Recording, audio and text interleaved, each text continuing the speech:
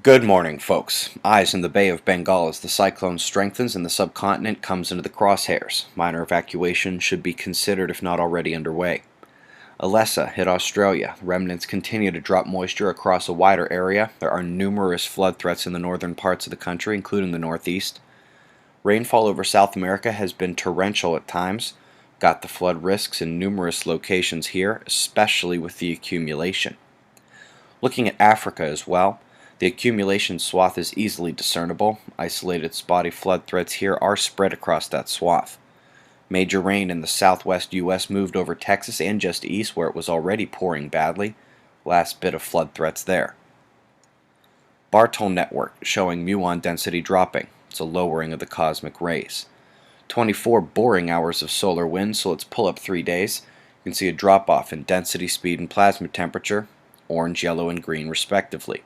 No geomagnetic instability, and the sensitive electron flux is very calm.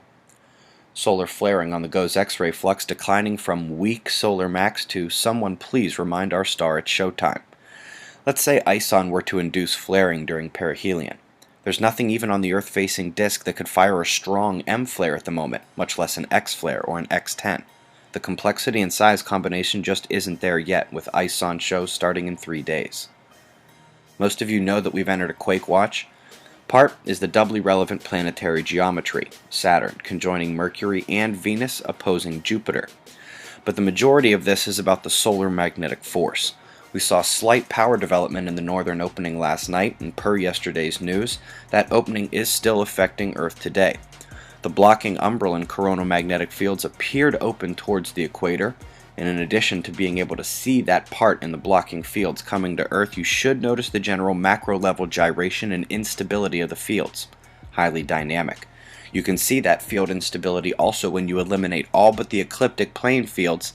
You see the snapping yellow line down south. Last night, I showed how all 5 moderate Iran-Iraq tremors in the month of November occurred in the last 3 days. It's a very significant indication of the uptick we were already expecting with the Quake watch. Luckily though, after central Turkey shook for a second, the pressure moved south along that fault line to the Triple Junction in the Indian Ocean, and that shifted the instability back to the Scotia Sea and South Atlantic Ocean for the second 7-pointer there this month. We are also beginning an uptick in the Northwest Pacific, and even with that showing on the USGS, it is not representative of the 6 magnitude power indicated on the global list. Quick note, I've been adding new polls every few days. I do appreciate when you guys come here and give your opinion. It truly helps everyone when you share your mind. And especially for those new viewers, the climate series and all the background videos needed to get on the same page are compiled into nice playlists here for easy viewing without having to click around or search for them. I'll leave you with an incoming monster filament, some shots of 11/8/99 from Iris, and other shots of our star to close. Eyes open. No fear, it's 6:45 a.m. Eastern Time, and that's the news. Be safe, everyone.